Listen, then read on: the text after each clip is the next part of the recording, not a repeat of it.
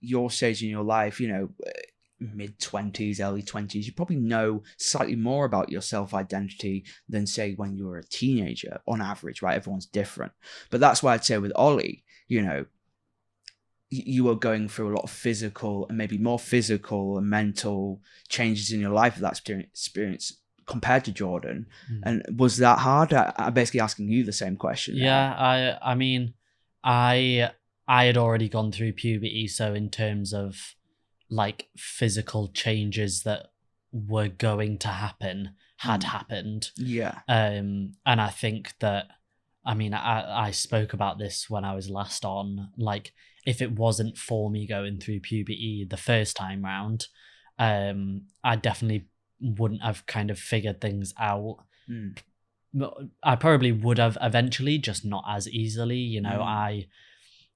I didn't like the changes that were happening to me because of female puberty, and I wasn't comfortable with them, and they didn't align with how my brain was. So, but if that hadn't happened, I wouldn't have something to feel uncomfortable about, Right. if that makes sense. But a lot of like friends that I was at school with and people that I knew from various different things,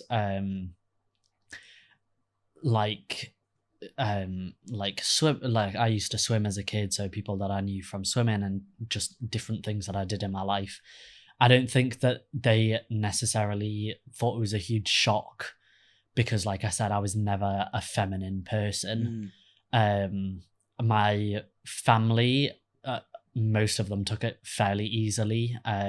Even still now, people slip up, but I sort of just remind myself, like, these people knew me for 18 years in as one thing. Like, Yeah. to them, they've only known this me for like Yeah. 4 years. So it's gonna be hard and stuff. But again, I didn't have a lot of negativity, and the people who decided not to be in my life anymore, I don't think are necessarily not in my life because of that. I think it was other things that we just drifted apart from it. But I've never really had any backlash from it or any negativity from it. So I mean, humans are not necessarily always good at change, and especially things we don't understand or we don't know enough about. With that, then, the first thing that comes to mind if you're outside this community, and to some people find quite harrowing for, say, is surgery. I mean, lots of people have. They don't even go to the doctor because they don't want to be seen. They don't want to be injected. What I want to talk to you guys about is your surgery. I mean, we talked about your transition, Ollie. Could you walk us through how you found that experience in America, Jordan? Because it would be fascinating to see the difference between how it is treated in America compared to the United Kingdom. Sure. So like I mentioned, I kind of figured all this out in December of 2021. And I got my family involved pretty quickly. First came out to my sisters and then my parents, all within that first like week and a half of having figured things out. And that was really to my benefit because my mom encouraged me to find a therapist to work with. She was definitely hesitant, like didn't see me as trans at the time. Now it makes perfect sense to her, but at the time when I was coming out, she was like, yeah, I don't know, I just don't see it, blah, blah, blah. And therapy was really a big step for me. And I probably started that in January of 2022, around mid-January. And very quickly, my therapist asked me about my goals with transitioning and with hormone replacement therapy. And I indicated it was something that I'd like to do, but I didn't know when, didn't have any idea of what the timeline would look like. And it turned out I was able to get an appointment like 2 weeks later. I made the appointment for March. So I didn't want to jump into it before I really dug into things with a therapist, but that was my own personal choice. Here in the States, it's pretty easy to get on HRT if you tell your prescriber that it's what you want to do and you make it clear that it's something that you're serious about. they have the informed consent process where you can just sign a few pieces of paper that state, yeah, I understand the risks and I understand what will be permanent and what will not. And the doctors explained it to me. I'm choosing to do this, and that's that. And they will set you up with all of the necessary prescriptions after you've done some blood work. And if you want to do some fertility preservation, that's usually offered to you. So for me, I had my appointment in the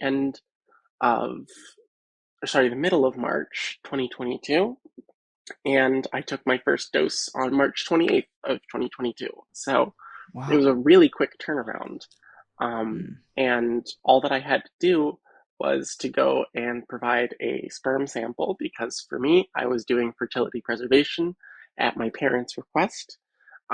It's not typically covered by insurance in the US, and so at least not for transition purposes. So it can be very costly, and my parents, they really wanted grandkids, so I was like, hey, this is going to be your responsibility then.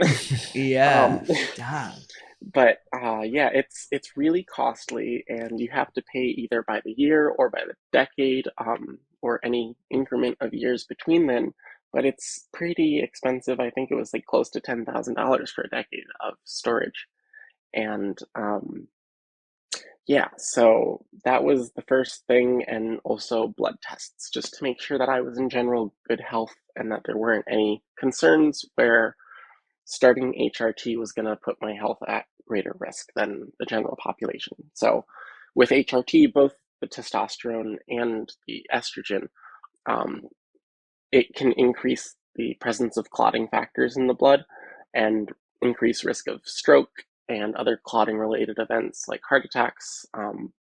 And so it can be pretty scary. And that's why they want to make sure that you're in good health with your liver enzymes and all that, and that your blood is not already high on clotting factors and other things that might interfere and further compound that risk. And so, yeah, it was all done in a matter of days. And I was able to get my prescription and start that.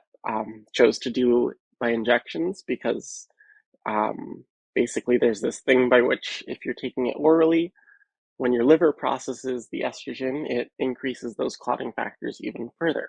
And so just trying to reduce my risk overall. Um, but yeah, it was super easy to get started with that once I decided that it was what I wanted to do.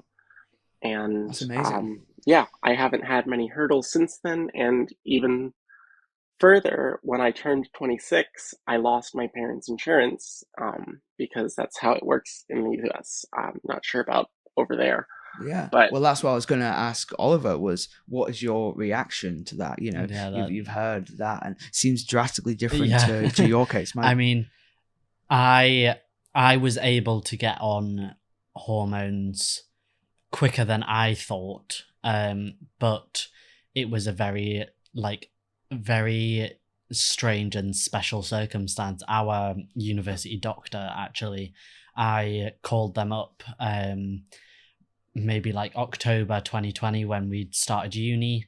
I needed a doctor's appointment, and I, when we registered at university, we were then automatically registered at our uni doctor, and